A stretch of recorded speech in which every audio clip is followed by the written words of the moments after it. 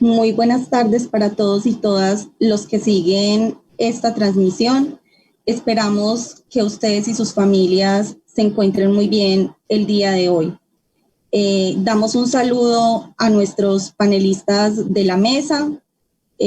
Marta Alfonso, segunda vicepresidenta de FECODE y encargada de Derechos Humanos. Omar Romero, director de Derechos Humanos y de Solidaridad de la Central Unitaria de Trabajadores. Reinaldo Villalba, presidente del colectivo de abogados José Alvear Restrepo. Mirta Rodríguez, directora de proyectos de la CTC. Y Humberto Correa, director de Derechos Humanos de la CGT. A nuestros panelistas extendemos un cordial saludo. También saludamos a quienes nos escuchan a través de las páginas de Facebook de la Escuela Nacional Sindical, de FECODE, de Viva la Ciudadanía y de la CUT Nacional. A todas y a todos les deseamos una feliz tarde. En esta tarde nos encontramos a punto de iniciar el conversatorio Blanco Legítimo o Persecución, sindicalistas y líderes sociales de inteligencia militar. Les recordamos que el pasado 1 de mayo, la revista Semana publicó una nota titulada Las carpetas secretas, en la cual se revelan pruebas de cómo el ejército ejecutó un plan de seguimientos ilegales donde la mayoría de víctimas eran líderes sociales, políticos, sindicalistas y periodistas.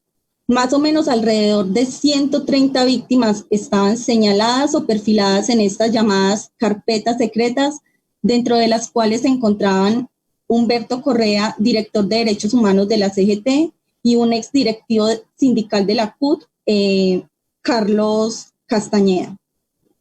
Desde ese momento que conocimos esta noticia, generó gran preocupación, no solo en el movimiento sindical, sino también en el movimiento social y en el movimiento por la defensa de los derechos humanos en el país, y empezamos a pensar una serie de estrategias de cómo rodear, cómo acompañar el movimiento sindical frente a la defensa de sus derechos y la protección frente a esta grave práctica de seguimientos y de interceptaciones ilegales por parte del Ejército Nacional. Cabe recordar que esto no es una práctica nueva, ¿sí?, ni que es una práctica desligada de toda una historia de persecución, de estigmatización y de violencia contra el movimiento sindical en el país. Les mostramos en este momento un mapa donde podemos señalar algunas cifras centrales frente al tema de la violencia antisindical en Colombia. Encontramos que entre los años 1973 y el año 2019, según el seguimiento realizado por la Escuela Nacional Sindical, se han cometido en Colombia alrededor de 15.226 violaciones a la vida, la libertad y la integridad cometidas contra sindicalistas en todas las regiones del país. De estas violaciones, alrededor de 3.265 han sido asesinatos. Más de 6.400 han sido amenazas. Más de 3.000 casos se han presentado contra mujeres sindicalistas. Y como podemos observar en el mapa, no hay un solo territorio en toda la extensión geográfica del país en la cual no se haya presentado por lo menos un hecho de violencia contra un sindicalista o contra una sindicalista. Esto lo menciono a manera de introducción para dar paso a las intervenciones de nuestros panelistas, pero sobre todo para mostrar nuestra profunda preocupación en que hoy, en un contexto como el que vivimos, un contexto que le está apostando a la construcción de paz, un contexto en el cual seguimos reivindicando la defensa por los derechos humanos, un contexto donde nos preocupan todos los días los asesinatos contra líderes sociales y defensores de derechos humanos, nos preocupa que en medio de un contexto como este aún se sigan presentando prácticas de interceptaciones ilegales y de seguimientos ilegales contra líderes y defensores. Le damos la palabra a Reinaldo Villalba. Él es el presidente del colectivo de abogados José Alvear Restrepo, y le vamos a pedir que frente a este contexto de esta situación tan grave, frente a los seguimientos e interceptaciones ilegales, nos cuente si él considera que estos seguimientos han sido una práctica sistemática. ¿Por qué? ¿De dónde han provenido estas prácticas? Y si se ha hecho justicia frente a las mismas. Bienvenido, Reinaldo.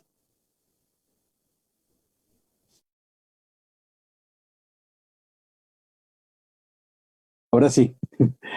Muchísimas gracias. Sí, por supuesto que estas labores ilegales de los organismos de inteligencia del Estado contra lo que ellos determinan sus blancos ha sido una práctica sistemática.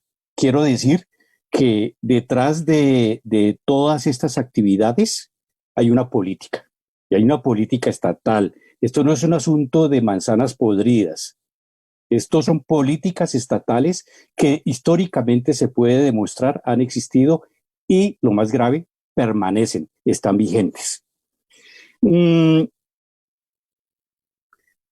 que decir, por ejemplo, que el movimiento sindical, los sindicalistas han sido de las principales víctimas de esta labor sistemática de actividades ilegales de inteligencia.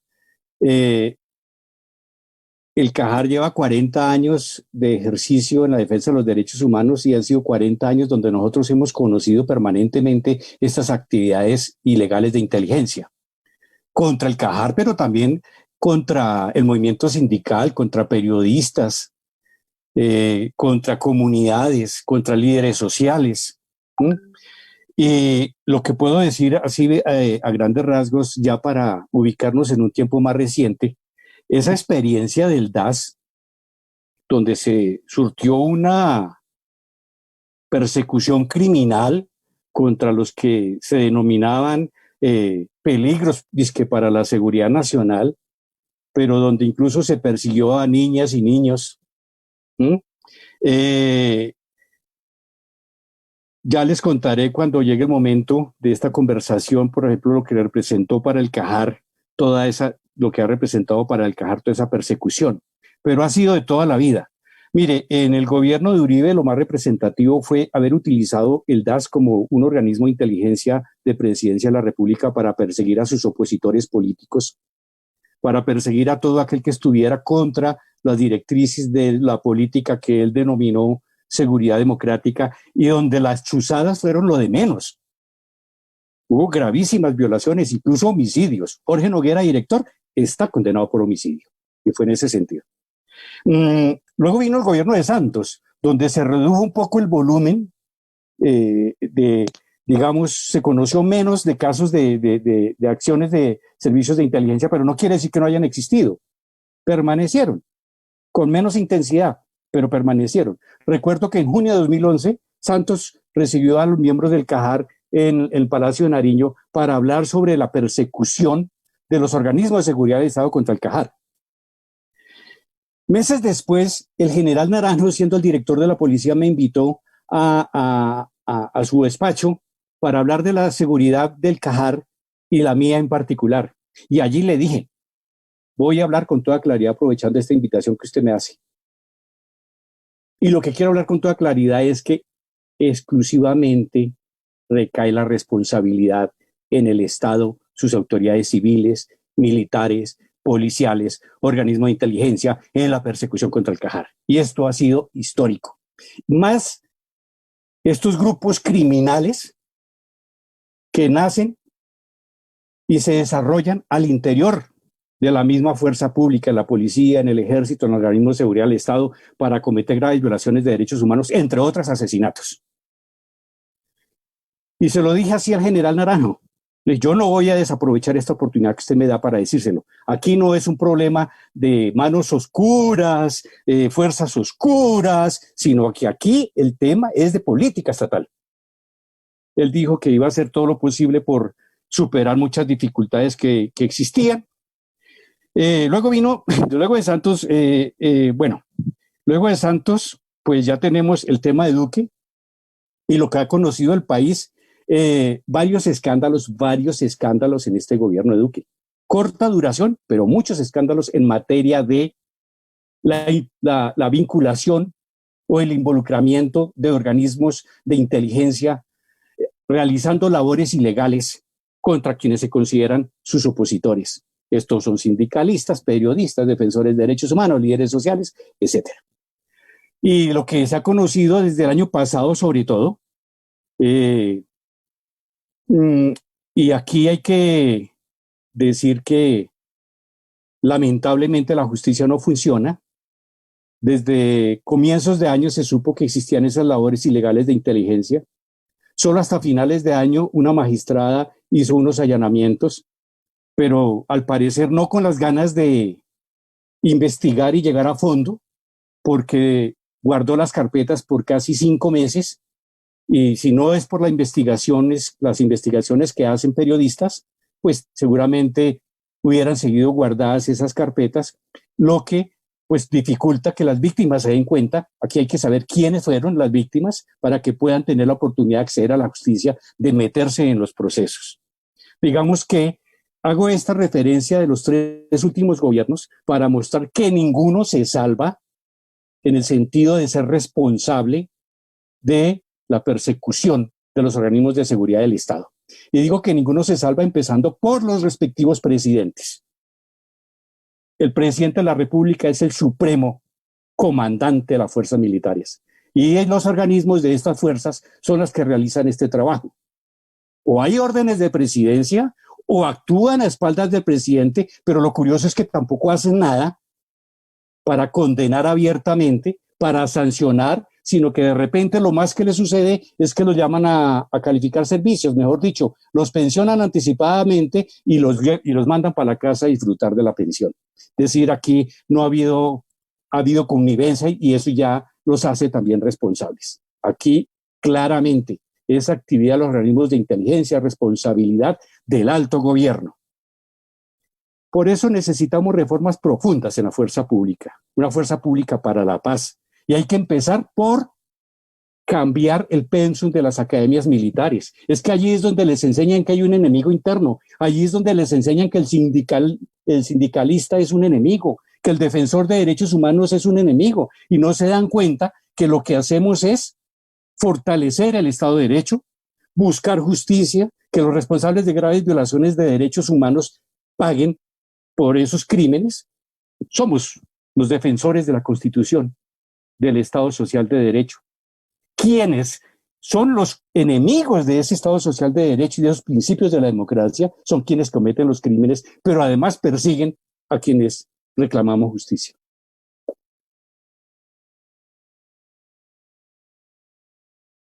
Total, por supuesto que estamos ante una historia de persecución de toda la vida, absolutamente sistemática y generalizada. Estos no son hechos aislados y es lo que tenemos que tener claro. Y que no vayan a decir aquí que porque el señor Eastman, Jorge Eastman, estaba chuzado o también le hicieron algún perfil, entonces es que el gobierno también fue víctima. No. Acuérdense que con el DAS entonces decían que el vicepresidente Francisco Santos lo había sido. Aquí hay que tener claridad que los objetivos toda la vida han sido los mismos.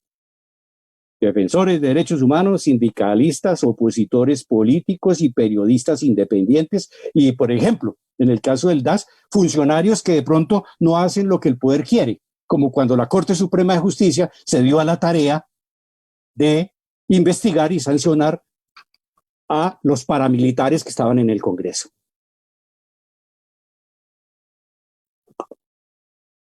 Ya. Muchas gracias, Reinaldo, por su intervención. Reinaldo nos plantea unas ideas fuerza y es la primera. Hay que comprender que toda esta historia de persecución y de seguimientos ilegales ha sido una historia sistemática y generalizada.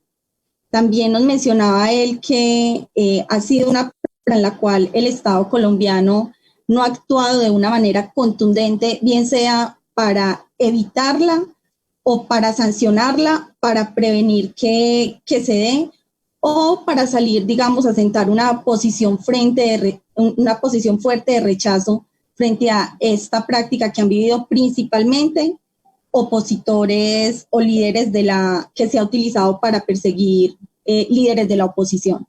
Reinaldo, ¿de qué manera estas prácticas han afectado la labor de defensa de derechos del colectivo de abogados José Alvear Restrepo?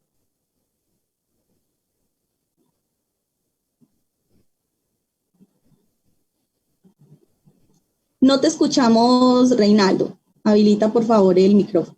Ya. Gracias por la pregunta. El CAJAR tiene 40 años, un poquito más, de existencia.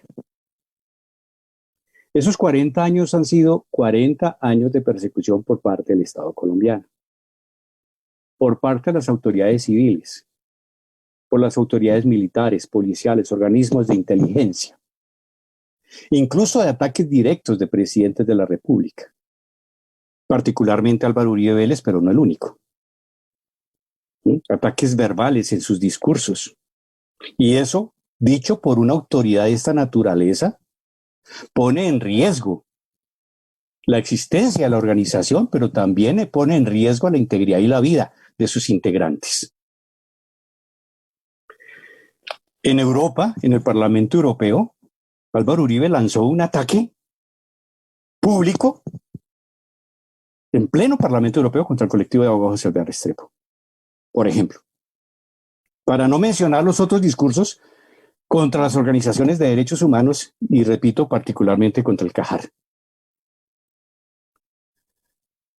Entonces, lo primero que yo tengo que decir es que no ha habido un solo año en la existencia del CAJAR donde los organismos de inteligencia no hayan actuado para neutralizar su trabajo, para sabotear su trabajo, para afectar la tranquilidad de sus integrantes. Voy a mencionar algunas situaciones que grafican lo que ha significado esta persecución. Ha habido atentados contra la vida. A la doctora Soraya la interceptaron cuando iba en un vehículo de seguridad y gracias a una maniobra habilidosa logró burlarlos, pero en la ventana quedaron los disparos porque las personas tenían armas largas o carabinas o como se llamen. El DAS dijo que se habían inventado el atentado, pero lo cierto es que ahí estaba la muestra y el peritaje lo hizo el propio DAS, así que tampoco ofrece ninguna credibilidad. Y hablando de acciones contra la doctora Soraya Gutiérrez, soy vicepresidenta del CAJAR.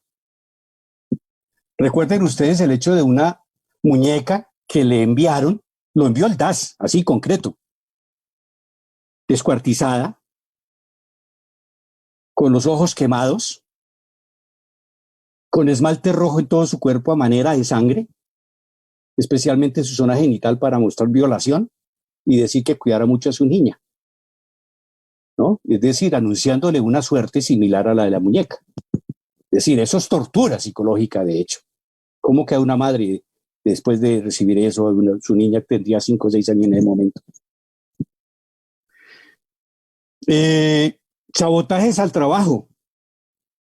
Cómo sabotear el trabajo del colectivo de abogados en Colombia, cómo crear un equipo que sabotee el trabajo ante la Comisión y la Corte Interamericana de Derechos Humanos, ante la Corte Penal Internacional. Sabotearon un viaje de una abogada a una reunión con la Corte Penal Internacional de Estados. No viajó porque nos enteramos a tiempo que había un montaje del DAS contra ella al salir del aeropuerto. Sospechamos que le iban a poner droga. Pero algo iba a suceder. El asunto es que ella no viajó y años después los folios del DAS incautados mostraron que efectivamente había un plan contra la abogada que iba a viajar a la Corte Penal Internacional. Los persiguieron los hijos y los niños y las niñas de corta edad. Les tomaban fotografías, los filmaron, los asustaban porque eran el trayecto al colegio. Nos infiltraron el colectivo de abogados. Están las pruebas escritas de eso en el expediente. Nos siguieron incluso no solamente en los viajes en Colombia, sino en los viajes en el exterior, en América Latina, Estados Unidos, Canadá, Europa. Han provocado exilios de nuestros integrantes, desplazamientos forzados, campañas de desprestigio. Finalmente el DAS, por ejemplo, fue clausurado. Lamentablemente clausurado el DAS, pero sin asegurar todos los archivos para que quedara como memoria histórica de la vida criminal de ese organismo de inteligencia, que cometió homicidios, que mató candidatos presidenciales, todo eso, ¿no? Entonces, aquí se necesita que los organismos de inteligencia y las fuerzas militares actúen con base el principio de respeto a la democracia y con fundamento de respeto a los derechos humanos. De lo contrario, esto nunca va a acabar. Cada que hay un escándalo de chuzadas, que la gente habla de chuzadas, pero esto va mucho más allá del tema de chuzadas. ¿Mm? Entonces, el gobierno sale a decir que condena los hechos, a veces echa a 3, a 4, 5 o a 10, no como sanción, efectivamente no como sanción, y los hechos se repiten, y se repiten cada vez. ¿Por qué? Porque son políticas que el Estado permite. Por acción, por omisión, por complacencia, por connivencia, ¿para beneficiar a quién? Claramente en la época del DAS para beneficiar al presidente de la República, y hoy yo diría exactamente lo mismo. Entonces, de esa manera yo puedo decir que el Cajar ha visto afectado su trabajo y su tranquilidad con toda esta persecución. Les cuento que cuando se descubrió lo del DAS, varias personas, abogadas y abogados, más jóvenes que nosotros, por supuesto, renunciaron al colectivo de abogados, aterrorizados. Y por supuesto entendíamos perfectamente su decisión. La afectación emocional que eso provocó en el equipo de abogados y en los hijos. Nuestros hijos que hoy pueden tener alrededor de 30 años, pero que de esa época no se montan a un carro sin estar mirando para todo lado y para atrás a ver si estamos sufriendo seguimientos. Hijos que le dicen a uno cuando alguna vez utilizamos el chaleco antibalas, diciendo, papá, ¿qué es eso? Yo les contestaba, una faja para la columna. Y el niño me decía, ¿y a esa columna le entran las balas? ¿Y por qué me lo decía? Porque recibía yo llamadas anunciándome el asesinato de personas, de Jorge Ortega García de la CUT, por ejemplo, y otros. Y entonces el niño pensó, ¿por qué matan a los amigos de mi papá? Entonces son unas afectaciones impresionantes en ese sentido. Y ni se diga, pues por supuesto a los niños, pero por supuesto a los integrantes del colectivo de abogados. Una cosa es que uno tenga un compromiso definitivamente completo con una sociedad, con la construcción de un país distinto y que supera todas esas situaciones, pero que no significa que no haya graves afectaciones a nivel emocional y además, porque había muchas otras cosas que hicieron, que han hecho los organismos de inteligencia, como por ejemplo evitar contratos del colectivo de abogados y convenios con medios de comunicación para hacer programas de derechos humanos. O por ejemplo, órdenes para impedir que nos financiaran las agencias de cooperación. Esto es descomunal cuando yo me pongo a recordar toda esta situación. Y a mi emoción, que puede notarse de pronto al hablar en este momento, es porque precisamente uno ha vivido en carne propia toda esta situación. Y uno ha visto a su familia desesperada sabiendo que están pasando cosas. A mi esposa la siguieron una vez saliendo de la casa de mi padre y mi madre, casa que fue objeto de vigilancias durante 12 o 3 semanas, ¿no? Y toma bus y lo siguen y se baja para un almacén Éxito y se meten al almacén Éxito y años después encontramos los folios donde está esa tarea del DAS. O Alirio Uribe, que se metieron a su casa, obtuvieron las llaves, lo seguían por toda parte. Viajó a Australia y pasó por Santiago de Chile y en Santiago de Chile tenía fotografías. Y el DAS tenía hombres en Europa para perseguirnos. Entonces, pues, Yo creo que es suficiente para decir cómo nos ha afectado toda esta acción criminal por parte del Estado. Muchas gracias, Reinaldo. Creo que es importante resaltar que hoy la voz del colectivo de abogados José Alvear Restrepo en este conversatorio es la voz de miles de organizaciones sociales que tienen presencia en todo el territorio nacional y que a lo largo de su existencia les ha tocado enfrentar difíciles momentos de persecución, de estigmatización y de violencia contra sus equipos. Muy bien lo mencionaba Reinaldo, no es solo el riesgo en el que se pone la existencia de una organización, sino también una estrategia, una práctica para neutralizar su trabajo, para afectar individualmente los integrantes de su equipo, pero sobre todo para afectar la posibilidad de tener una sociedad más justa y más democrática, porque creo que es ahí donde debemos hacer el énfasis, el aporte fundamental que hacen las organizaciones sociales al país.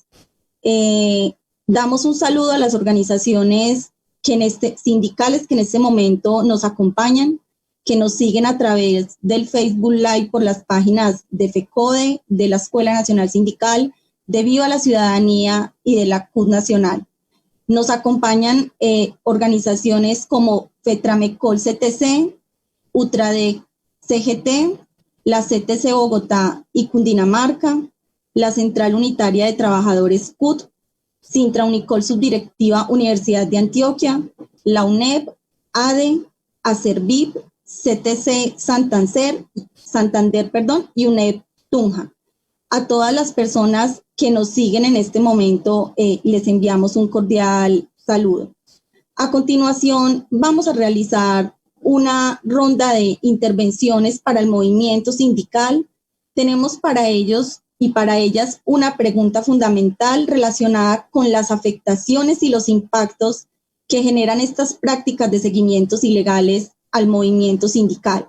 También que nos puedan contar un poco sobre la relación entre la inteligencia militar y la persecución contra cada una de las organizaciones que nuestros panelistas representan. Le pedimos a Marta Alfonso, segunda vicepresidenta de FECODE y encargada de Derechos Humanos, que nos hable un poco en torno a esta pregunta de los impactos, sobre la afectación y los impactos que ha tenido FECODE, cómo la inteligencia militar favorece un escenario de persistencia de la violencia antisindical. Marta.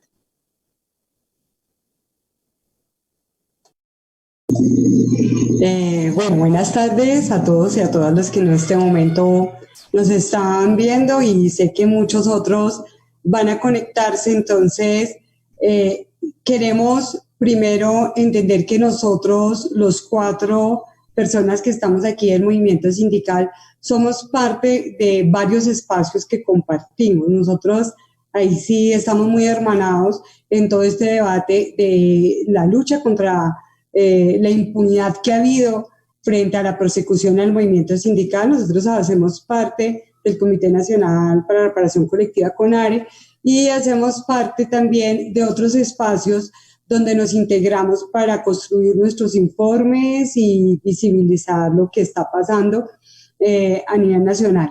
Entonces, digamos así que utilizaría una frase: cuando tocan a uno, nos tocan a todos, y que tocaran al compañero Humberto nos dio una sensación a nosotros que estamos constantemente reunidos haciendo trabajo de total señalamiento, y esto hace que nosotros queramos decirle al país: venga, hubo periodistas, hubo líderes sociales, defensores de derechos humanos, pero queremos hacer este espacio para que viremos esta relación. Nosotros con organizaciones como CAJAR, Viva la Ciudadanía, ENS, CODES y otras, hemos tenido un apoyo constante para la construcción de nuestros informes a la Comisión de la Verdad, a la Jurisdicción Especial para la Paz, a la Unidad de Búsqueda por Personas Dadas por Desaparecidas, o sea, al sistema. También estamos construyendo nuestro informe para la reparación colectiva, que ese ya es un proceso con la Unidad de Búsqueda, y además pues estamos en muchos espacios donde socializamos estos eventos. Entonces, en esta dinámica, nosotros sabemos que, digamos, el gobierno de Duque retoma, si uno escucha la exposición que hacía el compañero Reinaldo de Cajar, retoma con fuerza lo que se dio durante 8 años del periodo de Uribe, o sea, la seguridad democrática, donde nosotros pasamos a ser un centro.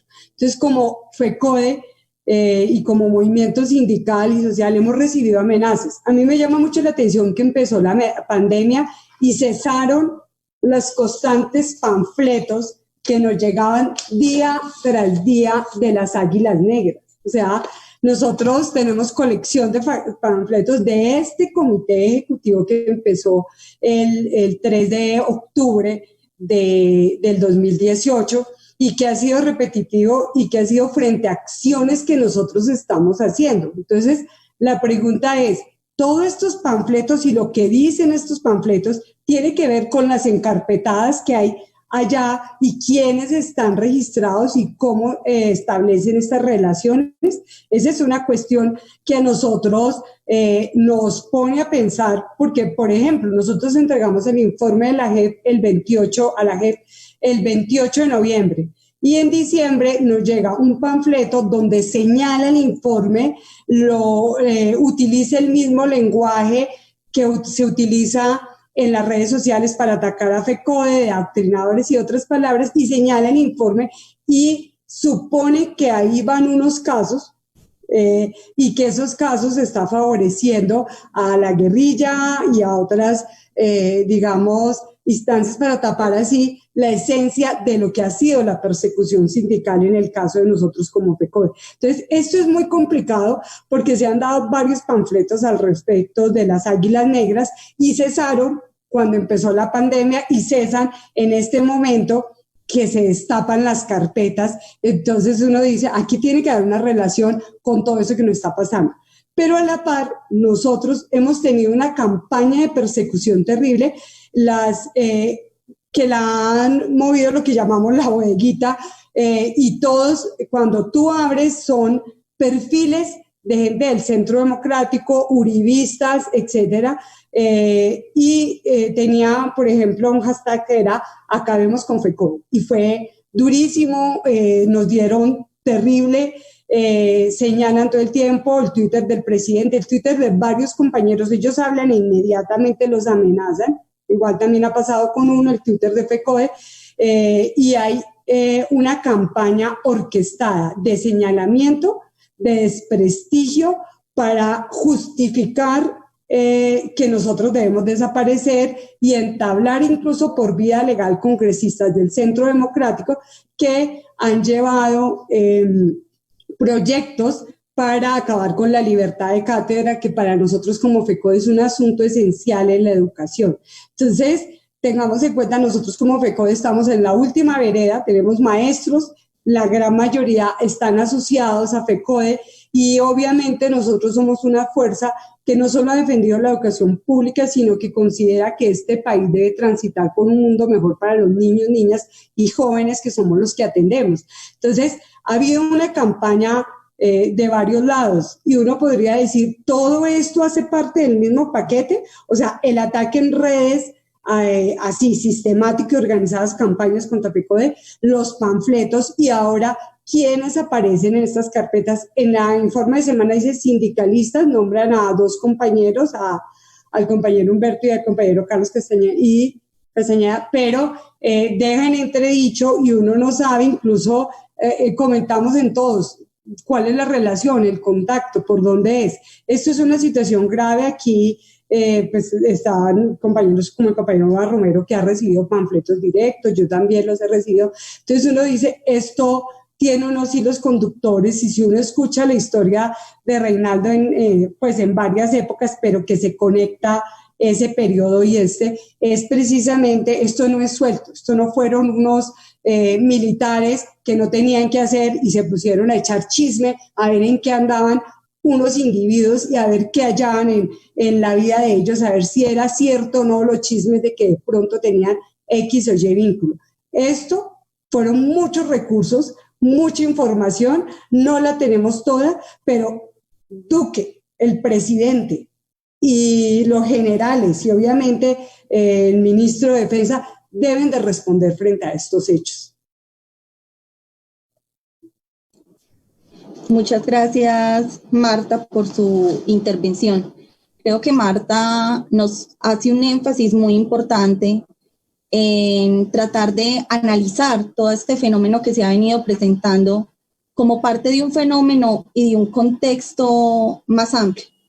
Ella nos lleva a la reflexión de si todo este tema de seguimientos e interceptaciones ilegales no serán más bien una práctica que ha estado históricamente articulada a campañas de desprestigio. Particularmente ella menciona el tema de FECODE, pero también amenazas persistentes, violencia persistente contra FECODE. Y además nos hace mención y conecta muy bien con la intervención anterior de Reinaldo, porque nos dice hasta qué punto la persecución contra organizaciones sociales defensoras de derechos humanos también no termina articulándose con la misma persecución contra el movimiento sindical. Saludamos a organizaciones sindicales que nos acompañan en este momento, hombres y mujeres que siguen nuestra transmisión en vivo, afiliados de ADIDA, Sintrabancol Nariño, Sindicato Colombiano Estatal 5EST, Sinproseg Valle, Sindodic, Sintrapulcar, Sintrasalud, ACEP, UPECO Cúcuta, ASDEM CUT, Utrayano CGT y Sintra Mérito. Para todos ellos y ellas un cordial saludo. Le damos paso a la intervención de Humberto Correa. Recordemos que Humberto es uno de los líderes sindicales que fue perfilado directamente en las carpetas secretas que se mencionan en la nota de la revista Semana. Queremos que Humberto nos cuente sobre esas afectaciones y esos impactos que ha generado esta práctica, de manera particular, de qué manera le afecta a un líder social, a un líder sindical, estar perfilado en estos seguimientos ilegales. Humberto. Muchas gracias, Viviana. Un saludo para todos los compañeros que nos están viendo en este momento. Muchas gracias por su participación. Bien, nosotros, esto es una política que viene desde años, desde hace muchos años. Esto no es nada nuevo. Desde la época de la Seguridad Nacional en el gobierno de Turbay Ayala, el modus operandi ahora es el mismo, las persecuciones a los líderes sindicales. Y entonces el movimiento sindical, obviamente la estigmatización que ha tenido, ha llevado a que nos afecte en los diversos roles en los que los sindicalistas actuamos, como son en el campo social y político, que también lo hacemos extensivo a lo que nosotros como tal hacemos. Y el secuestro que se ha dado, en el caso nuestro, pero también el de las tres centrales y el de nosotros las tres centrales y FECODE, la CUT, la CTC, la CGT y FECODE, estamos elaborando unos documentos para presentar a la Comisión de la Verdad. Se muestra cómo fue parte del secuestro que le han hecho, en los informes lo reflejamos, a los departamentos por parte del narcotráfico y estos políticos de la extrema derecha que se unieron a ellos fundamentalmente, que es los que han amenazado y estigmatizado el movimiento sindical, los que han tenido los medios. Primero se toman los municipios, secuestran la salud, las obras públicas, etcétera, y así sucesivamente van avanzando, se toman los departamentos y hasta que eligen el 30%, yo diría, o el 40%, como ha hecho Mancuso. Yo diría que era en esa época más del 50%, y empieza esta guerra tan fuerte contra el movimiento sindical. Ahí está la estadística, más de 16.000 actos de violencia. Entonces, ¿cómo se va perfilando estas amenazas? Pues afectan gravemente a nuestras organizaciones sindicales. La CGT se ha visto muy afectada.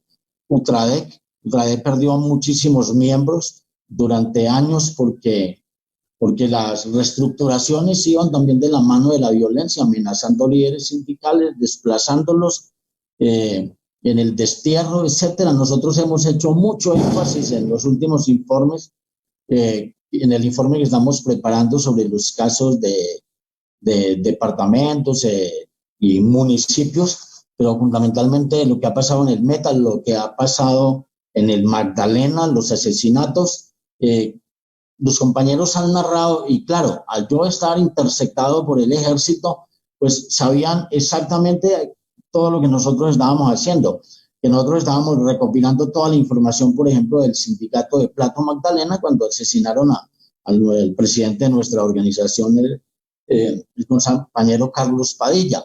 ¿Quiénes estaban involucrados ahí? Que habían bases del ejército que estaban ahí, se hacían los locos, cuando los mismos militares iban al hospital a amedrantar a la gente en un carro con vidrios polarizados, y de ahí salían y hacían renunciar a nuestros trabajadores a la convención colectiva y a la organización sindical, que nos la desmantelaron. Pero no fue ahí nomás, fue en todo el país. Y en Tuluá. En Tuluá nos acaban la organización sindical, nos desaparecen al presidente del sindicato, y era JJ, que lo espiaban desde un lado. Entonces, lo mismo pasó en el Meta, en el Arauca, en varias partes del Valle del Cauca, donde nos asesinaron líderes sindicales, y nosotros estamos tras esto. Entonces, en los informes se dice, hay unas organizaciones, o el ejército tenía bases militares en Cali. Es muy fácil, esos que estaban en esa época de ahí eran cómplices de todo lo que está pasando. Los asesinatos contra los líderes sindicales pues no tienen prescripción, porque son delitos de lesa humanidad, y esto les talla a estos militares. Y yo es decir, he sido, los que me conocen saben que yo soy muy tranquilo, yo hago parte del CERREN, ahora desde antes el CREN, ahora del CERREN, que es donde se toman las medidas para los líderes sindicales desde hace 17 o 18 años, desde que se creó. En mi vida yo he llegado a pedir protección ni nada por el estilo. He manejado eso con tranquilidad, defendiendo los intereses de mis compañeros, obviamente, no solo de la CGT, sino de todas las centrales, porque ahí estamos todos y como uno solo actuamos. Entonces, todas estas prácticas, por ejemplo, se han venido presentando con los seguimientos que le hacen a uno, pues sabían exactamente dónde iba, qué iba, y en mi casa habían unos vehículos, pero que mi esposa y mi hijo sí me han dicho desde hace mucho tiempo que hacen los vehículos, estén tranquilos, no se preocupen, y era el ejército que los tenía ahí. Pero yo siento que aún en este momento estoy siendo vigilado. Yo tuve que irme de mi casa este fin de semana, en mi apartamento, porque me siento presionado totalmente. Y el Estado no ha hecho absolutamente nada. El Estado no ha hecho nada. El Estado, a mí me hicieron una llamada hace 8 días de la unidad de protección, una muchacha investigadora, para preguntarme unos casos de otro compañero, etcétera, pero no me ha contactado para nada. Yo estoy vulnerable con mi grupo familiar totalmente. Entonces, en estas formas, pues obvio que nos afectan mucho a nosotros en las organizaciones, porque nos coartan la libertad de movilización y de contacto con los compañeros, porque todos los equipos los tienen intersectados. Me sacaron información del Instagram, de todo lo que yo hago en las redes sociales. Pues obvio, yo además de ser líder sindical, hago parte de la oposición en el país y critico el actuar de este gobierno, como lo hacemos todos y lo que tenemos que hacer en una democracia, pero todo eso nos lo están cobrando ahí. Muchas gracias a Humberto por su intervención. En primer lugar, quiero enviar un profundo saludo solidario con Humberto. No es nada fácil, o no debe ser nada fácil, estar en los zapatos de él y estar en los zapatos de más de 130 personas que también están atravesando por esta misma situación, y que además son personas que le han apostado al trabajo colectivo por tener un mejor país. Entonces, creo que esto merece nuestro rechazo social, y merece también todo nuestro acompañamiento frente a esta situación que ustedes están pasando. Como bien lo mencionaba Humberto, no es solo la afectación a la organización sindical como tal, sino la afectación a todo el proceso de derechos humanos que se ha venido adelantando, como también lo mencionaba Marta en su intervención anteriormente. Recordemos que todos los participantes y las participantes de este panel, quienes pertenecen al movimiento sindical, hacen parte de espacios como el CONARE, que es la Mesa de Reparación Colectiva, se han sumado a la estrategia de participación e incidencia ante el Sistema Integral de Verdad, Justicia, Reparación y Garantías de No Repetición. Esto es principalmente el diálogo con la Jurisdicción Especial para la Paz y con la Comisión para el Esclarecimiento de la Verdad. Es importante mencionar que una de las principales labores que cada uno de estos líderes y estas lideresas sindicales ha adelantado es el trabajo con víctimas y hablar con víctimas para poder construir los informes que ellos están presentando como insumos al sistema integral. Que ese trabajo sea objeto de interceptaciones ilegales, de seguimientos ilegales es supremamente grave. Entonces llamamos también al rechazo, nos sumamos al rechazo frente a estas prácticas. Damos la palabra a Mirta Rodríguez. Mirta es la coordinadora de proyectos de la CTC y ella, en términos de los impactos y las afectaciones que generan estos seguimientos y estas interceptaciones ilegales, nos va a enfatizar en los impactos que este tipo de prácticas tiene en todos estos procesos de derechos humanos que acabamos de enunciar, y también nos va a contar si es necesario identificar impactos diferenciados entre hombres y mujeres. Mirta, tienes la palabra. Gracias, Viviana. Un saludo muy cordial a todos mis compañeros y compañeras de este foro. Agradecer mucho también a la escuela y a las organizaciones que lo han convocado. Me alegra mucho la presencia de mujeres lideresas aquí en este espacio. Saludo también a todas las personas que nos están siguiendo a través de las redes y a las personas que se conectarán después y que van quizás a escuchar en diferido este foro, esta reflexión que estamos haciendo. Antes de responder tu pregunta, yo quisiera hacer un énfasis especial, aunque ya lo han dicho mis compañeros y compañeras que me antecedieron. Quisiera hacer un énfasis especial en que esto no se trata simplemente de unas chuzadas. Hay todo un plan de inteligencia detrás de todo esto. Un plan que se está ejecutando con unos recursos que han dado el gobierno de los Estados Unidos y el pueblo de los Estados Unidos para la lucha contra el terrorismo. Entonces, si están utilizando estos recursos para hacerle inteligencia a líderes y lideresas sociales, a la oposición, a defensores de derechos humanos, ¿en qué categoría entonces se encuentran estas personas que están siendo perfiladas? La CTC ha sido víctima desde su fundación de violencia antisindical y es por eso que nosotros hemos desarrollado un trabajo para estar en este espacio denominado CONARE y en la reparación colectiva al movimiento sindical. Yo quisiera hacer énfasis en lo siguiente. Esto que está ocurriendo, como digo, no es un hecho aislado, implica un gran uso de recursos económicos, pero también implica que hay toda una estructura de alta jerarquía detrás de estas investigaciones. Este es un gobierno que realmente no tiene la credibilidad ni la confianza de las víctimas. Ya que nosotros estamos en un proceso de reparación colectiva, ¿qué confianza nos puede dar al movimiento sindical estar sentado en una mesa con un gobierno que dice que no sabe qué es lo que está pasando con esto de esta inteligencia que se está haciendo? Yo quiero recordar que hace poco se han vivido algunos episodios con respecto a las entidades como el Centro Nacional de Memoria Histórica, por ejemplo, que el mismo director del Centro Nacional de Memoria Histórica, el historiador Rubén Darío Acevedo, niega que existe el conflicto armado colombiano. La entidad también fue suspendida de la Coalición Internacional de Sitios de Conciencia, una cosa que es fundamental, es muy importante, y salió de allí. Ya los archivos que estaban online no están a disposición y muchas organizaciones de víctimas están retirando los archivos del Centro Nacional de Memoria Histórica. Esto habla muchísimo de la confianza que tenemos y que tienen las organizaciones de víctimas, de la confianza que tienen en este gobierno.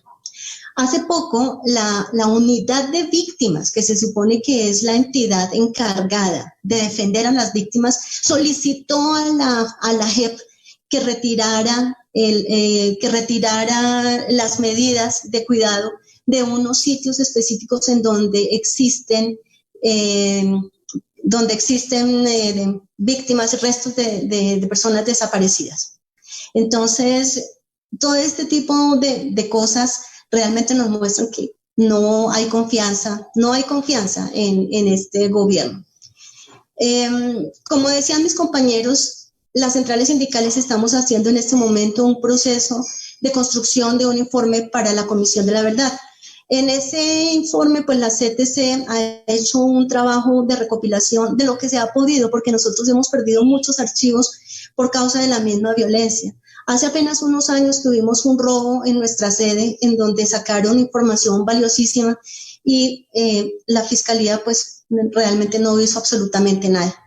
Y nosotros hemos identificado más de 200 hechos de violencia contra la CTC, como amenazas, homicidios, desapariciones, lesiones personales, entre otras. Entonces, estamos seguros de que la presencia de nuestro compañero Humberto Correa allí en estas carpetas tiene todo que ver con este trabajo que estamos haciendo frente a la reparación colectiva y frente al sistema de verdad, justicia y garantías de no repetición. También quisiera hacer una reflexión un poco en torno a cómo se están haciendo este tipo de perfilamientos, esta inteligencia. Si ustedes se fijan en el caso del compañero Humberto, no solamente estuvo investigado él, sino toda su familia. Es que la revista Semana dice que allí aparecen fotos de su esposa y de su hijo. Entonces ya es la familia la que está involucrada. Y son incluso mujeres que aún sin estar involucradas en estas labores en las que nosotros estamos, pues también están siendo afectadas, se están viendo afectadas por este tipo de acciones. No sabemos quiénes más puedan estar allí en estas investigaciones, pero dentro de las personas que están, se encuentra la periodista Yolanda Ruiz. Ella escribió una columna bellísima, no sé si ustedes la leyeron, una columna muy bella sobre esto de las perfilaciones, y decía ella, me voy a permitir leer un par de líneas, dice: soy una perfilada, y decía en estos días que al pronunciar la palabra en voz alta no le encontraba mucho sentido, aunque sí es como tener una marca tatuada en la frente. Es un poco lo que decía el compañero Humberto. Allí se siente, claro que se siente ese temor de estar allí en estos archivos, porque nosotros sabemos lo que eso significa. Estar en esos archivos es tener una marca puesta. Ella decía: no tengo que ocultar en mi vida, los ciudadanos que llevan varios años escudriñando a ver qué encuentran para desprestigiarme. Me pregunto, ¿qué tienen de mí? ¿Qué quieren de mí? ¿Qué temen de mí? Entonces, esto nos hace también reflexionar un poco sobre para qué son, cuál es el objetivo que tienen. Esto es un Estado absolutamente totalitario en el que las personas que están en la oposición o personas que no están de acuerdo con las decisiones que se toman ya son entonces blanco de este tipo de investigaciones. Muchas gracias, Mirta, por tu intervención. Mirta nos señala unas ideas muy importantes frente a la comprensión de todo este fenómeno como un plan de inteligencia articulado. No es un hecho aislado, se disponen de grandes cantidades de recursos para llevar este tipo de prácticas a cabo. Incluso en un panel que se realizó el pasado fin de semana y que fue liderado por la Unión Sindical Obrera, en el cual también participó Iván Cepeda, la organización Rutas del Conflicto mostraba una investigación que ellos realizaron frente a todo el tema de inversión y de recursos destinados a todo el tema de seguimientos ilegales e interceptaciones ilegales en el sector petrolero, y realmente daban unas cifras alarmantes. Menciona además Mirta todos los riesgos y las amenazas que el trabajo por los derechos humanos enfrenta a raíz de este fenómeno, y creo que ella resalta algo muy importante que ahorita también mencionaba Humberto, y es la afectación en términos familiares, ¿cierto? No es solo la afectación a las organizaciones sindicales, sino también a las familias, al núcleo familiar de quienes allí están siendo señalados, y que esto incluso tiene unos impactos en términos de género, ¿sí? Le damos la palabra a Omar Romero. Él es el secretario de Derechos Humanos y Solidaridad de la CUT Nacional, para que Omar nos cuente un poco acerca de las afectaciones e impactos generados por la persecución sindical y los seguimientos ilegales contra la CUT. Y si es posible destacar algunos casos de los sectores que han sido más afectados. Bienvenido, Omar. Muy buenas tardes, Viviana. Tarde a todos mis compañeros que están en el panel. E igualmente saludar a todos los compañeros que nos siguen en las redes sociales. Antes de entrar a hacer análisis de la pregunta que tú me haces, Viviana, yo sí quiero hacer unas reflexiones sobre esta situación que estamos viviendo. Hay que tener en cuenta que durante larga historia en el país, las clases dominantes siempre han venido permeando y haciendo investigaciones.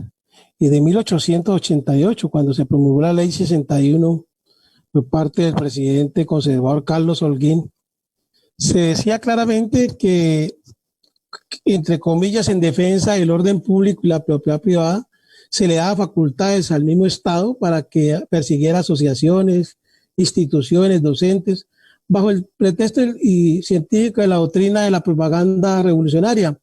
Y en ese entonces se daba mucha propaganda, desmanejaba lo que era el manifiesto comunista de Carlos Marx, Federico Engels. Todo esto sigue y continúa sobre esta historia, y el Estado colombiano arraigó la teoría del enemigo interno. Esa teoría que viene de la Escuela de las Américas de Estados Unidos, que juega un papel en los mandos del Ejército Nacional y que ha decidido transmitirla de generación en generación. Esta teoría implica que no hay que buscar el enemigo afuera, sino internamente. El Estado se ha dedicado a perseguir a la gente que piensa y actúa diferente en la defensa de los intereses para ellos supremos. O sea que esto es una costumbre ya arraigada aquí en Colombia, que viene de mucho tiempo atrás y que se sigue dando sin tener siquiera hasta ahora, a pesar de que se han hecho averiguaciones en el Congreso de la República, la misma Corte Suprema de Justicia, que ha solicitado, y no se han dado los resultados necesarios para eso.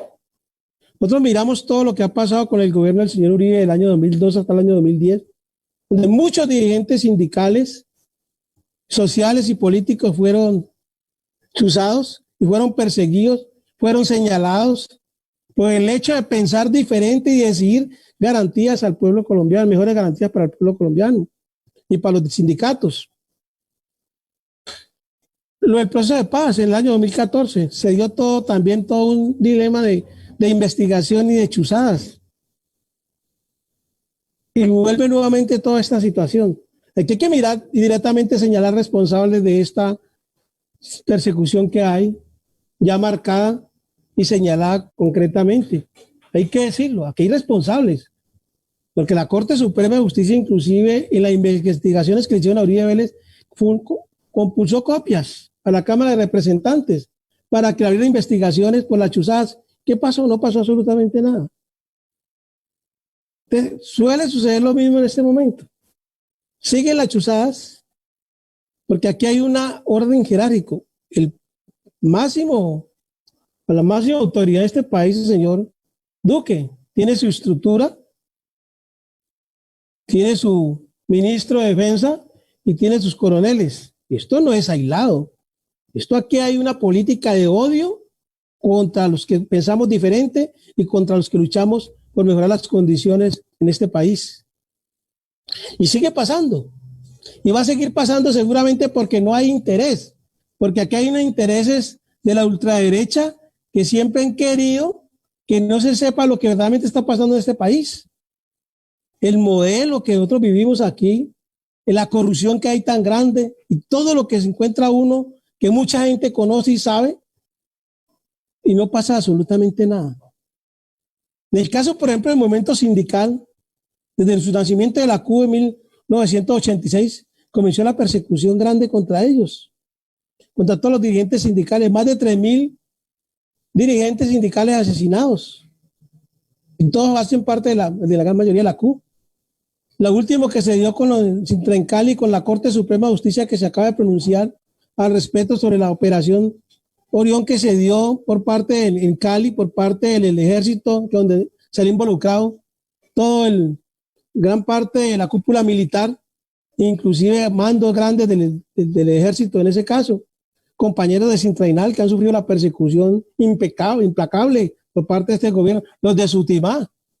Miren, nomás en las chuzadas ahora que se dan de las carpetas, aparece una compañera que es la contadora de Sutimá, María Teresa Mueces, ella es la contadora de Sutimá, y aparece ahí involucrada, o sea, aparece señalada por parte en las carpetas de las fuerzas militares.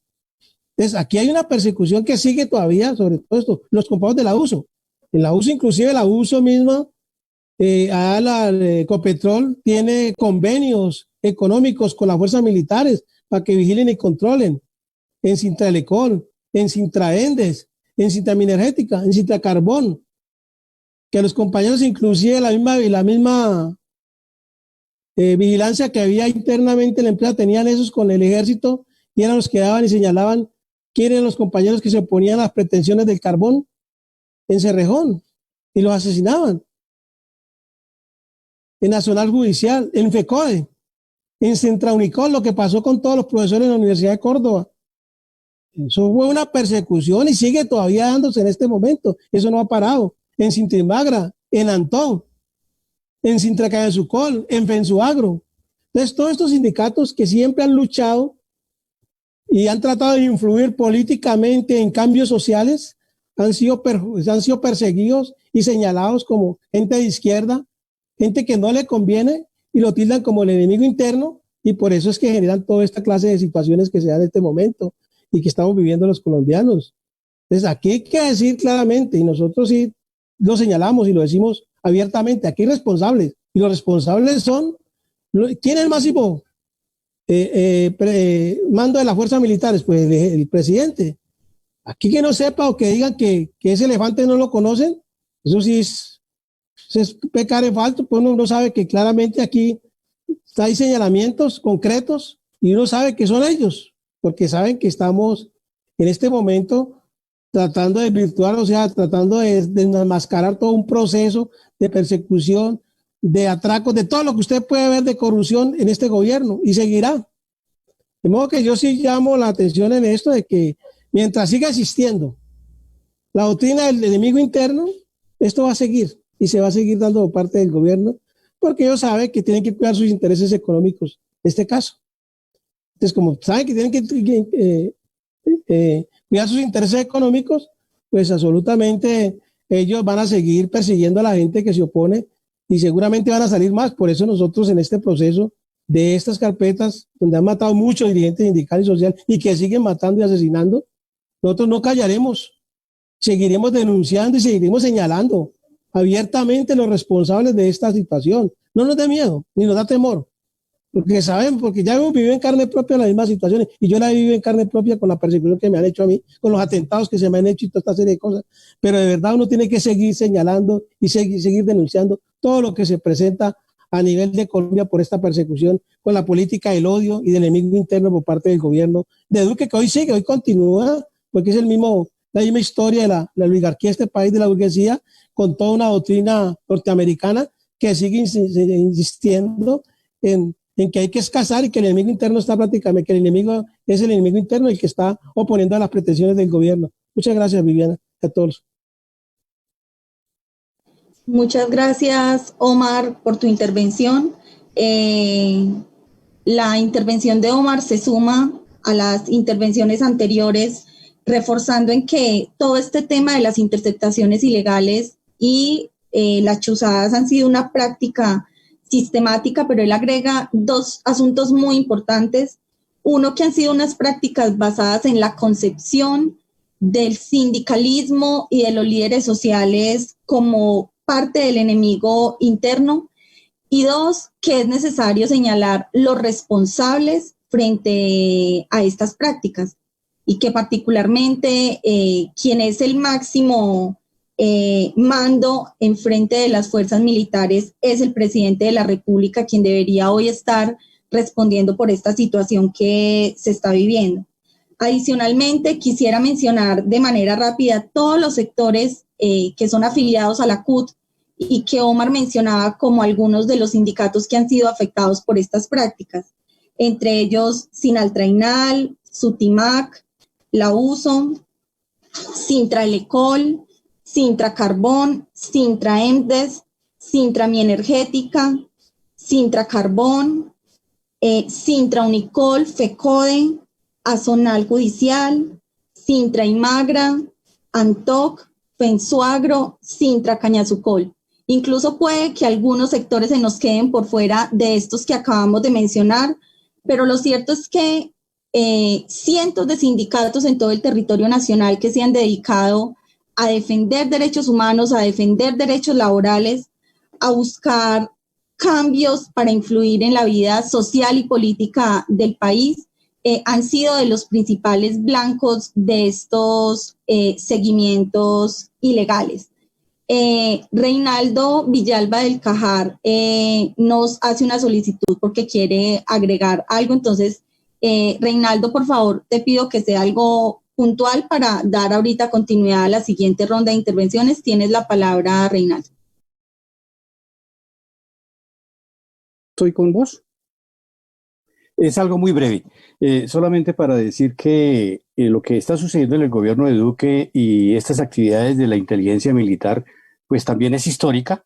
En relación al Cajar, tenemos amenazas del ejército rebelde, por ejemplo, y un informe muy grande que se hizo, que se llamó Miscelánea, contra líderes sociales, defensores de derechos humanos, y donde hubo gente del Cajar como Alirio mencionados. En el tiempo del DAS trabajó con inteligencia militar, o sea, no fue exclusivamente el DAS, ¿cierto? Había una junta que se llama Junta de Inteligencia Conjunta, entre otras cosas es como redundante, donde se agrupaban todos los organismos de inteligencia y hubo un funcionario del DAS que dijo claramente que eso no había sido solamente del DAS.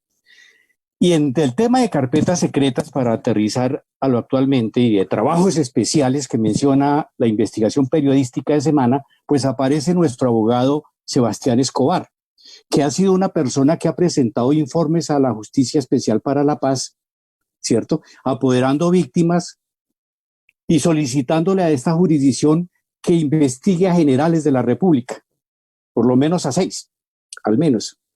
Y eso es lo que le ha valido aparecer ahora en esas carpetas con todas las consecuencias que eso puede tener. Y quiero terminar en esto, y son las expectativas y las perspectivas de lo que va a pasar en materia de investigación. Un fiscal general de la Nación absolutamente funcional al gobierno. Es decir, que aquí no podemos tener confianza en una investigación y pues yo creo que se tiene que declarar impedido. Una magistrada que ahora la periodista Jimena Duzán nos está mostrando que le interesa más la defensa de los miembros de su antigua fuerza, el Ejército Nacional, y del propio presidente, expresidente, Uribe, que investigar estos asuntos, y del hecho que haya escondido las carpetas ya es una situación bastante complicada. La comisión de acusaciones que no funciona, una fiscalía que además le negó al colectivo de abogados información si nosotros estábamos o no como víctimas en esa persecución de la inteligencia militar, y nos dijo que no, y miremos ahora cómo están estas situaciones. Era como lo que yo quería agregar para decir que una de las cosas que nosotros tenemos que trabajar muy fuertemente es una vigilancia sobre las investigaciones y que estemos muy atentos a eso, que si no quieren investigar, que si no quieren llegar a los máximos responsables, una presión social sería capaz de obligarlos. Muchas gracias, Reinaldo, por tu intervención y me das pie para reforzar una idea que creo que es muy importante. Todo lo que ustedes han venido mencionando nos deja una pregunta abierta y es, ¿qué sectores políticos, qué sectores económicos en este país le tienen miedo a que se conozca la verdad, le tienen miedo a que se recupere la memoria, le tienen miedo a que se haga justicia? Porque de buena medida quienes han sido víctimas de estos seguimientos ilegales, como ustedes lo mencionan, han venido liderando procesos de construcción de verdad, de construcción de memoria y de justicia, y es justamente ese el trabajo que se quiere atacar con todo este tema de los seguimientos y de las chuzadas. Pasamos a nuestra segunda ronda de intervenciones. Esta ronda será para todos los panelistas, tanto los del movimiento sindical como para Reinaldo. Les vamos a pedir a cada uno de ellos que durante 3 minutos nos puedan hablar de qué tipo de estrategias se deben implementar para afrontar este contexto y para erradicar esta práctica de persecuciones y de seguimientos ilegales. Iniciamos con la intervención de Omar Romero.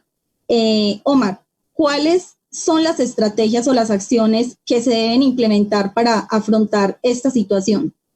Por favor, nos resumes esto en 3 minutos.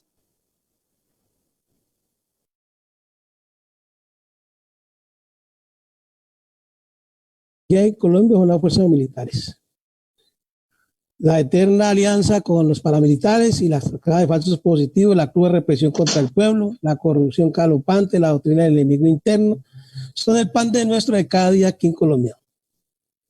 Una institución que genere más pánico que los militares. No están para defender los intereses del pueblo, están para defender los intereses de la clase dominante, a los ladrones de cuello blanco, que posan de honestos y respetuosos de la Constitución colombiana. Entonces, es bien complicado, por eso nosotros decimos, las Fuerzas Armadas deben ser depuradas, la doctrina extranjera de la seguridad nacional y del enemigo interno debe ser prohibida en el adoctrinamiento militar y policial. Se debe respetar la Constitución y en este caso, e igualmente estamos solicitándole, porque sabemos que es muy complicada la situación de querer uno buscar estrategias que puedan enfrentar, pues hay que buscar una veeduría que la podemos hacer como quiera y todo, pero acá hay una realidad también que tampoco podemos perder de vista. El caso, por ejemplo, de Argentina, el caso, por ejemplo, de Chile, donde hubieron cambios temporáneos de gobiernos, fue donde se logró buscar e implementar las acusaciones que se dieron en la dictadura de Videla y en la dictadura de Pinochet. Entonces, aquí tenemos esa realidad mismo. Seguramente van a seguir tapando porque ellos defienden a los de cuello blanco en este momento. Pero nos toca hacer las denuncias nacionales e internacionales de lo que estamos viviendo en este momento con esta persecución, hacerles un seguimiento indudablemente a este proceso nuevamente y seguir denunciando. ¿Qué nos queda a nosotros? Denunciar pública y abiertamente y señalar, porque uno también tiene que señalar, porque aquí hay responsables. Y si hay estos documentos que están ahí prácticamente ya como evidencias concretas donde señalan a los responsables directos y todo, pues hay que seguir enunciando todo esto para poder que esto no se calle y no siga pasando lo que ha venido pasando con todas las investigaciones que se han dado y las han echado para adelante. Por eso estamos diciéndole, necesitamos conocer, porque no conocemos todas las carpetas de los 130 compañeros que hay, que seguramente le estamos diciendo al gobierno, necesitamos conocer todas esas carpetas para seguramente nosotros imponer o llevarla a las últimas instancias internacionales estas denuncias pertinentes con esta persecución y señalamiento que tiene el gobierno con todos los dirigentes sociales y políticos aquí en Colombia. Gracias, Viviana, pues. Muchas gracias, Omar, por tu intervención. Saludamos a quienes siguen nuestra transmisión en vivo. Las siguientes organizaciones nos acompañan: SUTEP, Juventud Cetecista, Sinaltra Confasalud, Sintra Colombina, Asopersonerías, Sintra ONGs, Barranca Bermeja, Antoc Manizales, Aducesar Curumaní, Anebre, Sintra Metal y Cindy Maestros Boyacá. Para todos y todas ellas, un cordial saludo. Les invitamos a las otras organizaciones a seguir nuestra transmisión a través de las páginas de Facebook de la Escuela Nacional Sindical, Viva la Ciudadanía, la CUT Nacional y FECODE. Sigue la intervención Mirta Rodríguez, y frente a este tipo de estrategias que se deben implementar, le pedimos a Mirta hacer un poco de énfasis en el papel que juega la estrategia de denuncia nacional e internacional. Bueno, gracias, Viviana. Mira, yo también quisiera destacar que pues esta no es la primera vez que el movimiento sindical se enfrenta a este tipo de situaciones. De hecho, desde sus inicios ha sido víctima de la violencia. La CTC, por ejemplo, fue víctima de la violencia en Urabá, donde desapareció una de sus federaciones insignias, tuvo que salir del Chocó.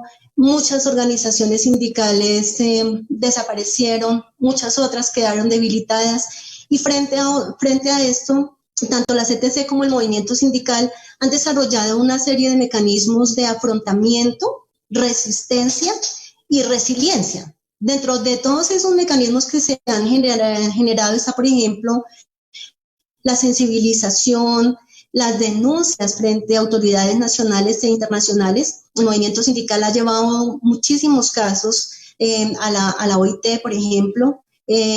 También la participación en escenarios tripartitos, en el caso de temas laborales. La movilización, se han generado también mecanismos para gestionar con otros actores, creación de redes, por ejemplo, espacios de acción nacional como el Comando Nacional Unitario y con otras organizaciones como el Comando de Organizaciones Sociales. A nivel regional también se participa, por ejemplo, en el CETCOID. Con esto quiero decir que el movimiento sindical ha generado muchas formas de afrontar y de resistir este tipo de acciones. Específicamente el CONARE y las organizaciones y las centrales sindicales y FECODE escribimos una carta denunciando esto que estaba pasando, y dentro de las solicitudes de la carta estábamos pidiendo al presidente Duque, como comandante en jefe de las Fuerzas Militares de Colombia y como jefe de Estado, que asumiera la responsabilidad de lo que está sucediendo al interior del ejército con esta inteligencia ilegal. No puede decir, no puede salir diciendo en redes que sí, que se castigue a los culpables, pero si él es la persona, pues la máxima autoridad allí, no puede decir que esto se hizo a sus espaldas. Y estamos pidiendo que se nos dé acceso a estos expedientes para saber qué otras personas están allí.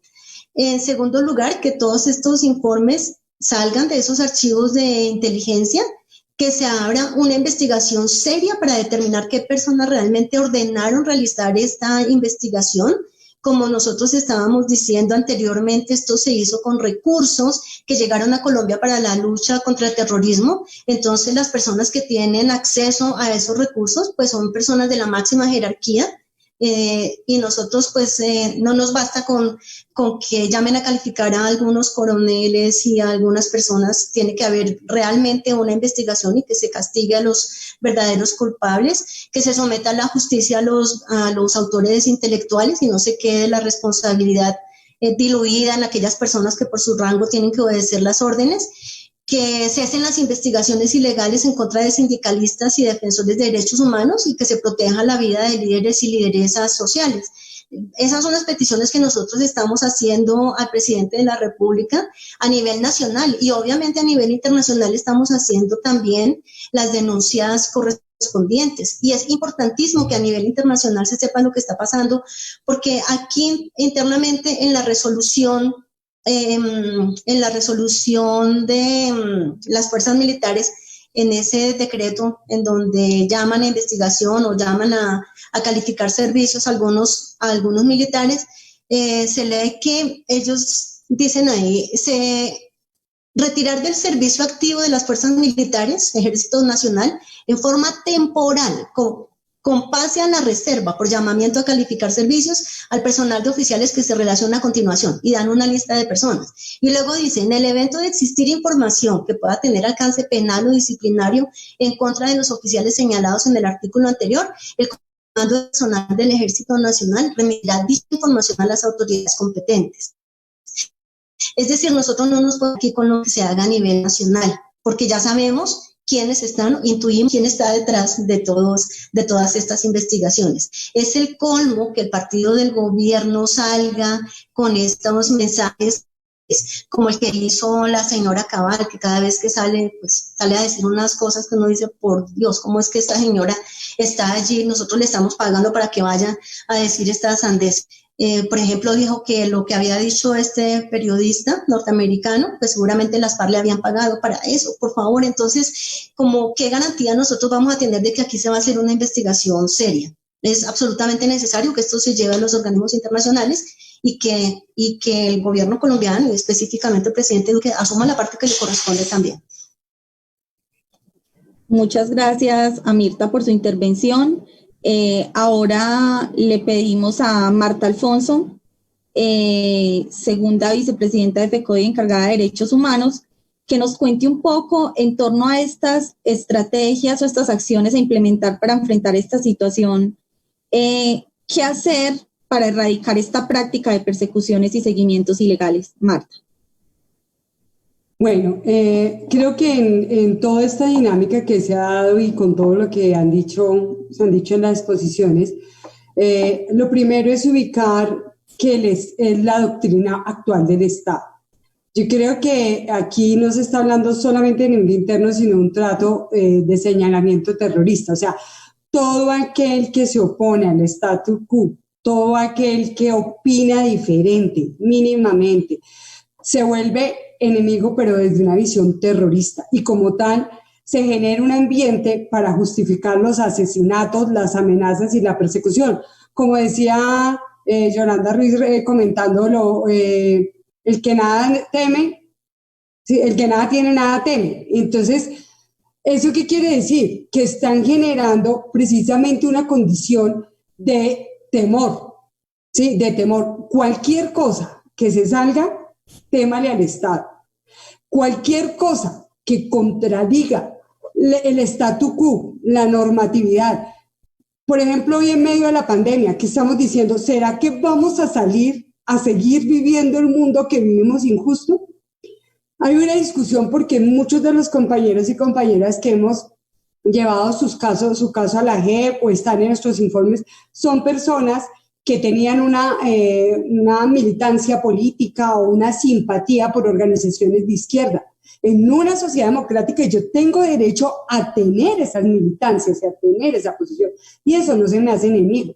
Por eso nosotros hablamos de reparar y sobre todo reparar sueños de libertad y esos programas que quieren transformar la sociedad y ser diferente. Entonces ahí el Estado nos señala, y como hemos repetido todos estos días lo que decía la mayora Cristina, nos callan si hablamos, nos callan si no hablamos, entonces mejor hablamos. Nosotros no estamos dispuestos a quedarnos callados porque hoy tenemos amenazados. En el caso, los ejecutivos todos están amenazados en general de nuestras organizaciones, pero particularmente en el caso de FECODE está amenazado todo el ejecutivo, toda la Junta Nacional, que son las direcciones de los sindicatos filiales de FECODE, los delegados, o sea, han llegado organizaciones y los 250 delegados que estuvieron en la asamblea los tenemos en lista, dicen los panfletos. Entonces están cogiendo toda la estructura, o sea que ellos señalan para generar temor. Realmente aquí el terrorista es el Estado.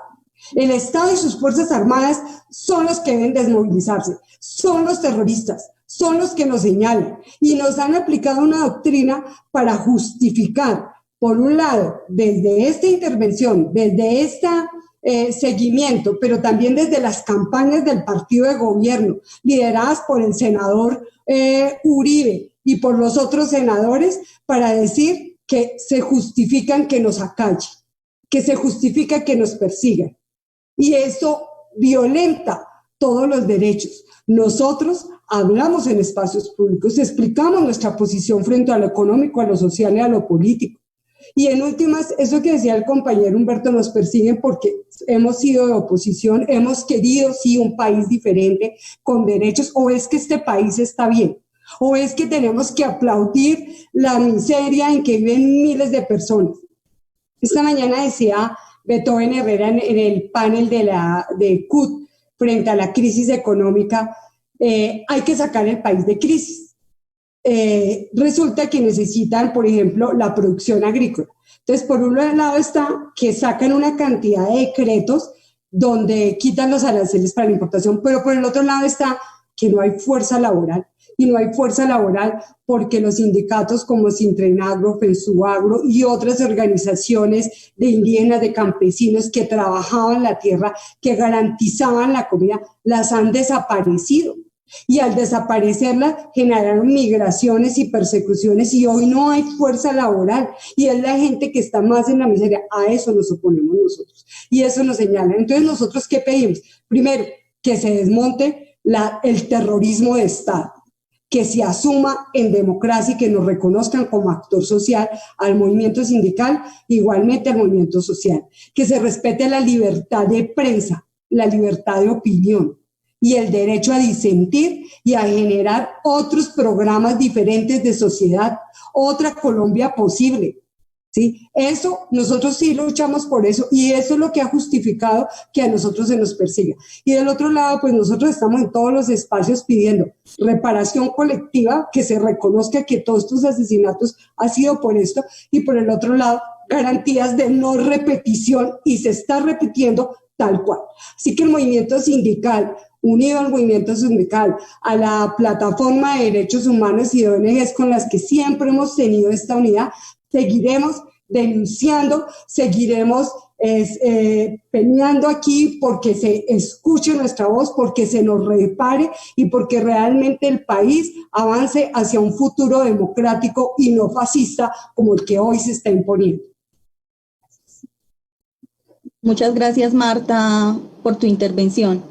Saludamos organizaciones sindicales que siguen nuestra transmisión en vivo: la Unión Sindical Obrera, Sintracena, Utradec, Sindipúblicos, Utradian, Untran G4S, y también queremos invitar a todas las organizaciones que siguen nuestra transmisión a que nos vayan planteando preguntas que vamos a estar conversando y resolviendo luego de que termine esta ronda de intervenciones. Le damos la palabra a Humberto Correa. Queremos que él, desde su experiencia particular, nos cuente frente al tema de las estrategias y las acciones a implementar, qué está haciendo para protegerse o cuáles han sido algunos de los protocolos de seguridad implementados. Humberto. Bien, muchas gracias. En primer lugar, quiero agradecerles al CONARE, a la Escuela Nacional Sindical, al CAJAR, a CODES y a todo el movimiento sindical, mis compañeros de comité ejecutivo, pero de todas las centrales que han tenido una enorme solidaridad, y lo mismo que el movimiento sindical internacional. La solidaridad es muy, muy importante y la he recibido oportunamente, así que muchas gracias, compañeros. Y bien, nosotros pensamos, pues yo me sumo a las propuestas que han hecho sobre las reformas que se deben hacer en el país, indudablemente, pero una reforma que tiene que ser acá profunda para que todo esto deje de suceder, estos atropellos y este acorralamiento de la democracia, es una reforma profunda a las fuerzas militares y de policía, y que castiguen a los responsables de todas las atrocidades que han cometido, porque estas han sido unas fuerzas militares que actúan partidistamente fundamentalmente para los conservadores y el centro democrático y Cambio Radical y estos partidos de ultraderecha que tienen unidad en el Congreso para las reformas que nos han aplicado. Estas fuerzas militares deben de ser unas fuerzas militares que respondan a un país en democracia, con un proceso de paz que se firmó, y respetar todos esos acuerdos. Todos los acuerdos a los que el movimiento sindical respaldó, y entre ellos la CGT, pues obviamente que son puntos que han vulnerado totalmente, los están haciendo triza, y de ahí hacemos parte del movimiento sindical al que nos están llevando enredados precisamente por esa actuación parcializada del ejército colombiano con determinados grupos sociales en el país. En segundo diría yo que debemos de hacer una reforma política. Una reforma política debe incluir fundamentalmente a la oposición y darle garantías. Aquí la oposición y las organizaciones sindicales no tenemos garantías absolutamente de nada, y esta es una democracia débil, casi una república banana con lo que tenemos en fuerzas militares y política para la inclusión de los sectores de oposición. En tercer lugar, el 5% de los trabajadores colombianos estamos sindicalizados. Eso es una cifra vergonzante para un país que dice ser democrático. Las persecuciones que se presentan todos los días contra el movimiento sindical, tratando de aniquilarlo a la máxima expresión cuando ya estamos en un 5%. Esa es parte de las reformas y de los pedidos que hacemos las organizaciones sindicales dentro del plan de reparación colectiva del movimiento sindical. Es que nosotros tenemos que apostarle a un crecimiento del movimiento sindical, porque un movimiento sindical con el 5% no dice nada de una democracia, y es una persecución sistemática la que se ha venido dando precisamente, y parte de esa persecución es la que nos hace el ejército a los líderes sindicales con la estigmatización que nos van metiendo en la carpeta de que somos guerrilleros porque defendemos derechos humanos y hacemos organizaciones sindicales. Es la estigmatización grave que tiene el movimiento sindical en Colombia. Muchas gracias, Viviana. Muchas gracias, Humberto, por su intervención. Cerramos esta ronda de preguntas con la intervención de Reinaldo Villalba del colectivo de abogados José Alvear Restrepo. Él nos va a contar un poco sobre el papel que juega el acceso a la justicia como una medida para enfrentar y para erradicar este tipo de prácticas. Antes de dar la palabra a Reinaldo, saludamos otras organizaciones que nos siguen en este momento: Sintra Éxito, SUGOP y Simana. También invitamos al público a que vaya preparando sus preguntas, porque haremos la ronda de preguntas luego de finalizada la intervención de Reinaldo. Reinaldo, tienes la palabra.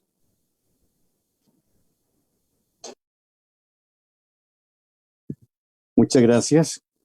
Bueno, primero compartir en general las peticiones de quienes me antecedieron en la palabra, la necesidad de hacer esa reforma profunda a la fuerza pública y las políticas de seguridad, y la proscripción de todas las doctrinas que estimulan y promueven la violación de derechos humanos, como la doctrina de seguridad nacional, que tiene como centro esta categoría de enemigo interno de que hablara uno de mis compañeros del panel. Es muy importante que nos digan quiénes son las víctimas, antes que todo. Y yo creo que esa pregunta va para el presidente de la República, que es el supremo comandante de la fuerza pública según la Constitución, así que debe saber que está haciendo su fuerza pública, y será su obligación de decirle a las víctimas: usted fue víctima. ¿Para qué? Para que las víctimas tengan la posibilidad de entrar a los procesos penales, disciplinarios y demás. ¿A reclamar qué? A reclamar verdad. ¿A reclamar qué más? A reclamar reparación.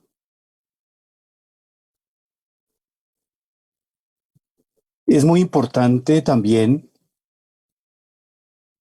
que se haga una investigación seria y que no esté, como dice la Corte Interamericana, hablando de impunidad, condenada de antemano al fracaso.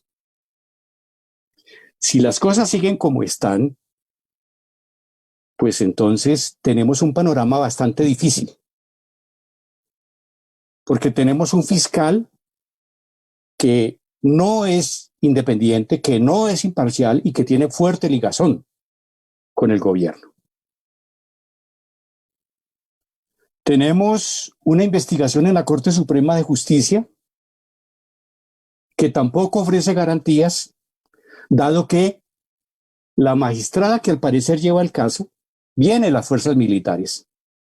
¿Y con qué imparcialidad e independencia va a procesar a miembros de la fuerza pública?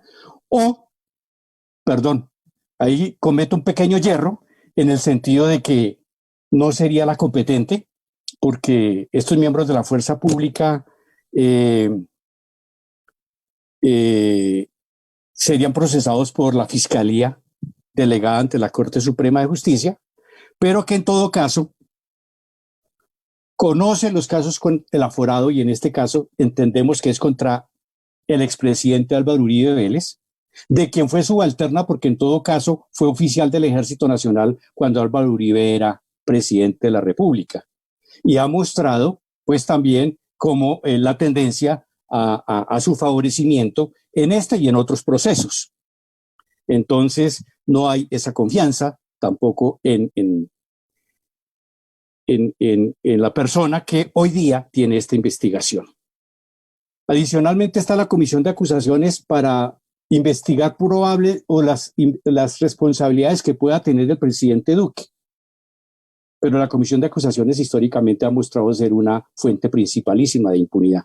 ¿Y por qué el presidente Duque responsable? Pues porque es, ya lo dije, comandante supremo, pero además porque defiende a los miembros de la fuerza pública comprometidos en graves violaciones de derechos humanos, incluida esta de las acciones ilegales de organismos de inteligencia. Los promueve, los asciende, los nombra en cargos.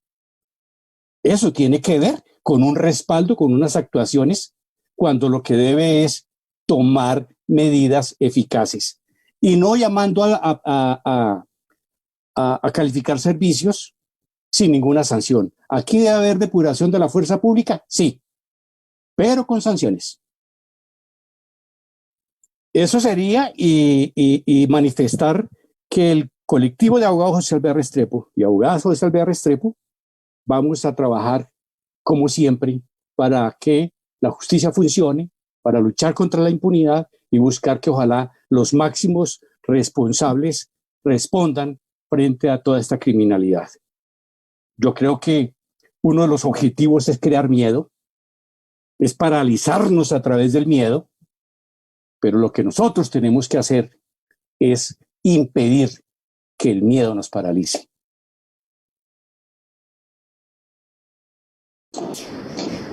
Muchas gracias a Reinaldo por su intervención.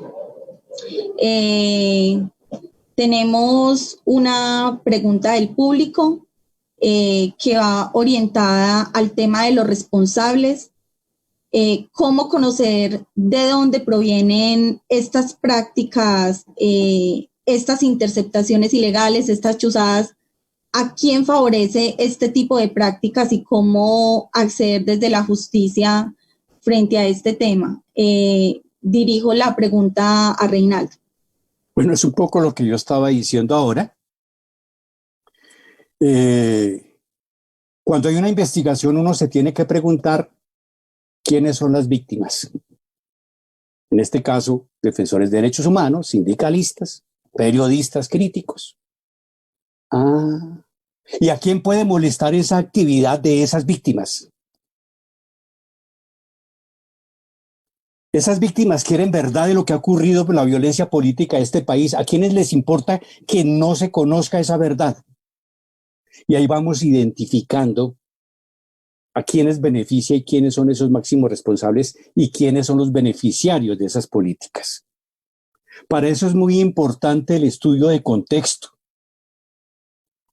porque contextualizar desde lo económico, desde lo social, desde lo político, desde lo militar, nos permite identificar quiénes son las víctimas, qué querían esas víctimas, cuáles las políticas que están detrás, cuáles los responsables, cuáles los beneficiarios, y hay una cadena y una estructura de mando que hay que entrar a mostrar. ¿Cómo vienen esas órdenes? Si las personas que están más arriba de esa estructura tenían que saber o no saber lo que estaba ocurriendo. Y aquí hace rato en este país se viene diciendo que los organismos de inteligencia están cometiendo acciones ilegales. ¿Y qué ha hecho el presidente de la República para hablar de la cabeza principal? Absolutamente nada. Ahí hay unas responsabilidades. Y hay unas responsabilidades en primer lugar de orden político, pero también debieran ser investigadas en el orden penal, sobre todo a la luz de del Estatuto de Roma, si estas personas tenían conocimiento, se hicieron actividades para prevenir, se hicieron actividades para sancionar o si convivieron con ese tipo de políticas. Entonces, digamos que la misma investigación y en la medida en que vayamos conociendo qué ocurrió, podemos ir armando el rompecabezas que nos pueda llevar a los máximos responsables. Que si la justicia no lo sanciona, por lo menos podamos decirle a la opinión pública qué fue lo que ocurrió y cuál fue la verdad de toda esta criminal persecución. Reinaldo, hay una pregunta adicional. ¿Por qué un Estado puede invertir tantos recursos en seguimientos, espionaje, chuzadas, interceptaciones, sin que nadie controle o vigile cuando hay otras prioridades económicas en Colombia? Y frente a esto cerramos con esta pregunta. ¿Todas estas pruebas que existen sirven para interponer una demanda internacional contra el Estado colombiano? Empiezo por ahí. Por supuesto que se puede acudir a los escenarios internacionales y esa es una de los caminos que tenemos que abordar, indudablemente.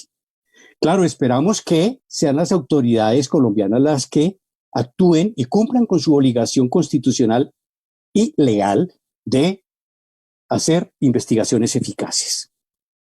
Pero como también hay investigaciones que ya lleva la Comisión Interamericana de Derechos Humanos, que están en la Corte Interamericana y que tiene víctimas y que vuelven a ser repetitivas, pues todas estas cosas que están sucediendo ya las tenemos que estar informando al sistema interamericano. Tenemos que mirar entonces también la posibilidad de acudir a la Corte Penal Internacional en este sentido. Y por supuesto, en todos los escenarios nacionales para que las autoridades colombianas cumplan su papel. Sí, es increíble que se gaste dinero, ya la compañera lo decía hace rato, gastando enormes cantidades de dinero para perseguir a quienes estamos trabajando para que haya un Estado social de derecho, para que haya un Estado que respete la división de poderes, para que haya un Estado que efectivamente garantice y respete los derechos humanos. Es decir, nosotros no somos los que subvertimos el orden, sino los que queremos que se cumpla una constitución y precisamente somos los perseguidos. Entonces, ¿quiénes son los delincuentes? Y es increíble que hay una cosa que se llama gastos reservados en la fuerza pública, los organismos de inteligencia, y eso no lo controla nadie. Y de esos gastos reservados es que salen los recursos para hacer todas estas acciones de inteligencia, como por ejemplo, arrendar un apartamento frente a un defensor de derechos humanos, Alirio Uribe, y hacerle un seguimiento día y noche, 24 horas durante 3 o 4 meses, solo para poner un ejemplo, o para mandar a una persona a Europa para mirar a ver qué hacen los sindicalistas y los defensores de derechos humanos en las giras que hacen realizando su trabajo. Aquí estamos en eso. Y mientras tanto no hay plata para una renta universal para que la gente pueda cumplir con dignidad y en condiciones dignas un aislamiento. Y se compran tanquetas del ESMAD, por ejemplo, en vez de dejar en estos momentos esos dineros para combatir la pandemia y más allá. O para hacerle propaganda y mejorar la imagen del presidente de la República, como si la buena imagen se pudiera comprar a punta de dinero y que se desconociera que la buena imagen se hace a través de hechos concretos de buen gobierno. Muchas gracias a la intervención de Reinaldo. De manera breve quisiera recoger parte de los comentarios que nos envían quienes nos siguen, nuestro público, y también parte de las reflexiones planteadas por cada uno de los panelistas. Frente a la primer pregunta de los daños, las afectaciones que se generan con todo este tema de las interceptaciones y de los seguimientos ilegales, en términos generales podemos decir que se generan afectaciones a las organizaciones como tal, a los colectivos, también al trabajo de defensa de derechos que adelantan estos colectivos. Individualmente también se generan daños e impactos en lo familiar, en los liderazgos, Y es importante mencionar que en una sociedad democrática esto no tiene por qué suceder. Sobre nuestra segunda ronda de preguntas frente a qué estrategias implementar para afrontar esta situación y para erradicar estas prácticas, yo resumiría todo lo que ustedes han planteado en una frase, y es que es necesario implementar medidas políticas, medidas jurídicas, simbólicas y también institucionales y de alianzas con organizaciones internacionales. Fueron muy enfáticos en mencionar que es necesaria una reforma de la fuerza pública, una depuración de la fuerza pública, que es necesario avanzar en la identificación de responsables como una medida de no repetición y de lucha contra la impunidad, que es necesario que se reconozca la labor de los líderes sociales, de los defensores de derechos humanos y particularmente la labor de construcción de una sociedad más justa y más democrática por parte del movimiento sindical, que no se puede justificar desde ningún punto de vista, ni podemos normalizar la persecución contra líderes sociales y contra líderes sindicales y contra quienes se oponen al sistema político y económico o están buscando cambios y transformaciones sociales desde la labor de defensa de derechos que realizan. Le doy por último 1 minuto a cada uno de nuestros panelistas, no sin antes agradecerles este tiempo en el conversatorio Blanco Legítimo o Persecución, Inteligencia Militar contra Líderes Sociales y Movimiento Sindical. Les doy 1 minuto para que se puedan despedir y nos planteen una breve reflexión en torno a este conversatorio que acabamos de tener. Mirta Rodríguez tiene la palabra.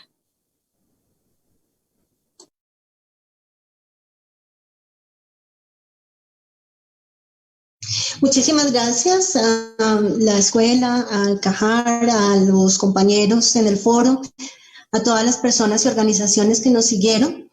Yo creo que es importante, o más bien la reflexión que yo quisiera dejar en este momento es que es importante la presión social, insistir en buscar y castigar a los verdaderos culpables, llevar la denuncia a los escenarios internacionales y sobre todo necesitamos unidad de acción de las organizaciones sociales, sindicales, de derechos humanos.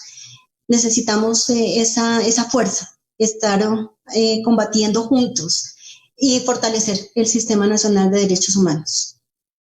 Gracias. Muchas gracias, Mirta. Tiene la palabra Humberto Correa. Un abrazo fraterno. Bueno, decirles que el movimiento sindical es un movimiento democrático, es la expresión de la democracia misma, es quizá por intermedio del movimiento sindical es que hay más repartición de equidad, fundamentalmente se refleja en las convenciones colectivas de trabajo. El movimiento sindical es un constructor de paz, de desarrollo, por tanto al movimiento sindical hay que desarrollarlo y no perseguirlo. El movimiento sindical es fundamental para una democracia. Hay que observar nomás que mientras más democráticos son los países, más desarrollado y más militancia tiene el movimiento sindical. Así es que el sindicalismo es paz, desarrollo y democracia. Muchas gracias, Humberto. Tiene la palabra Marta Alfonso. Yo creo que ha sido un espacio bien interesante. Sabemos que esto queda aquí en las redes y es parte como de nuestros testimonios de lo que estamos viviendo como dirigentes sindicales, no solo nosotros, sino todos en general, y de las vivencias y de lo que hemos recopilado en nuestros informes. Creo que hablamos con argumentos, con datos, dando la cara, mostrando que hay una necesidad de justicia en este país, de memoria, de recordar lo que pasó, pero esa memoria debe transitar y la gente debe conocer realmente los hechos desde las voces de los que lo vivieron y no desde la manipulación y de la narrativa que hoy quiere hacer este régimen como le explicaba la compañera Mirta, en cómo ahorita tenemos una pelea, una disputa por la narrativa de lo que ha pasado en el país. Es importante que lleguemos a los espacios de justicia, pero eso para nosotros, así la señalen, la JEP es el único espacio en Colombia que nos ha abierto esa posibilidad de llevar nuestros casos, y lo que más nos interesa a nosotros es que realmente de ahí salga la verdad y que obviamente se asuman las consecuencias. Esperamos también que todos nuestros compañeros y compañeras desaparecidas aparezcan, que sus familias puedan llevar esos restos y darles su sepultura y cesar ese dolor que genera la desaparición.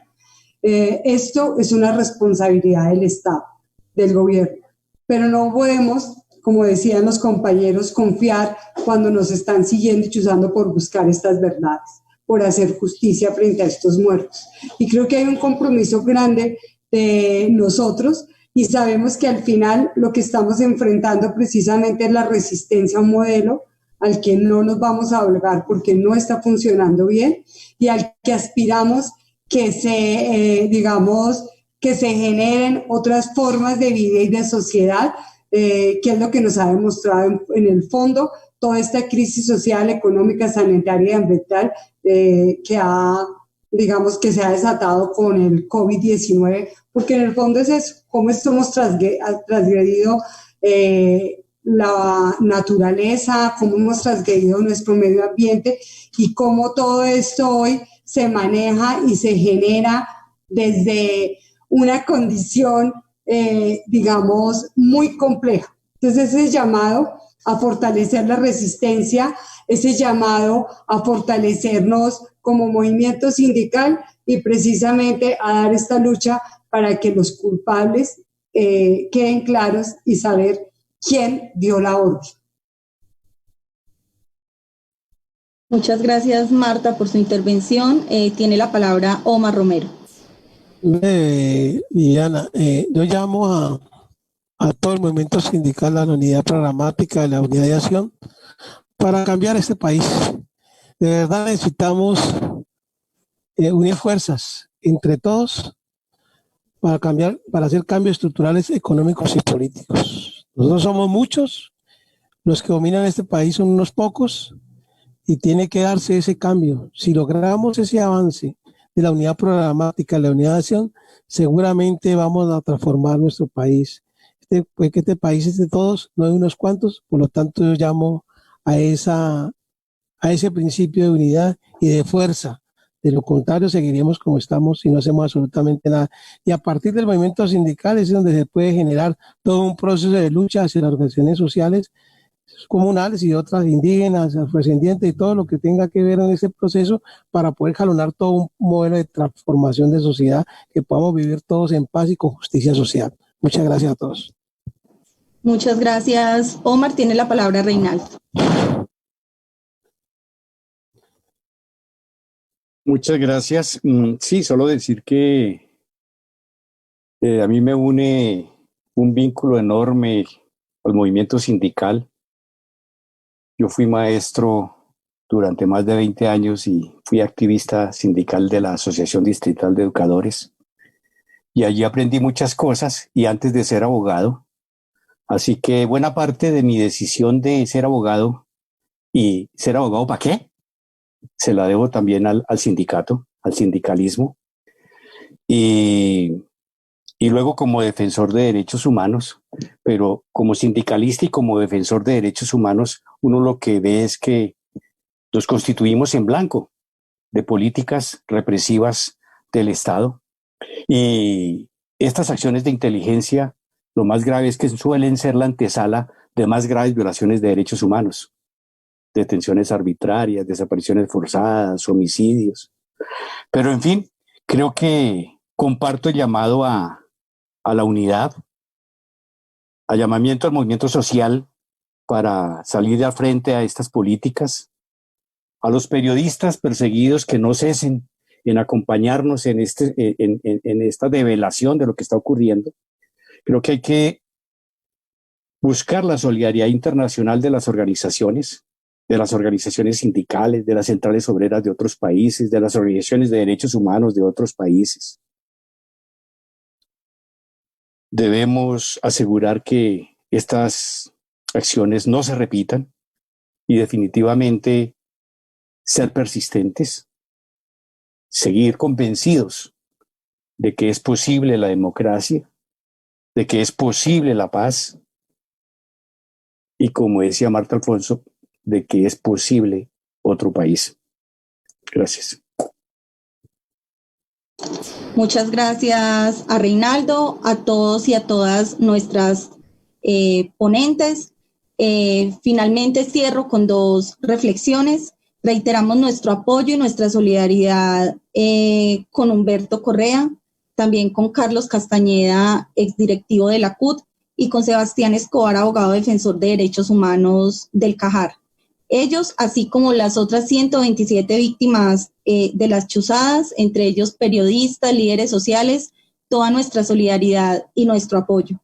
Adicionalmente, resaltamos la labor de estos hombres y mujeres que desde el sindicalismo le apuestan a construir un país mejor, y desde las organizaciones sociales acompañantes que estuvimos respaldando este conversatorio, Viva la Ciudadanía, el colectivo de abogados José Alvear Restrepo y la Escuela Nacional Sindical. Hoy queremos decir todos juntos con el movimiento sindical: no más asesinatos contra líderes sociales y defensores de derechos humanos. Que tengan una feliz noche y muchas gracias por acompañarnos en esta transmisión.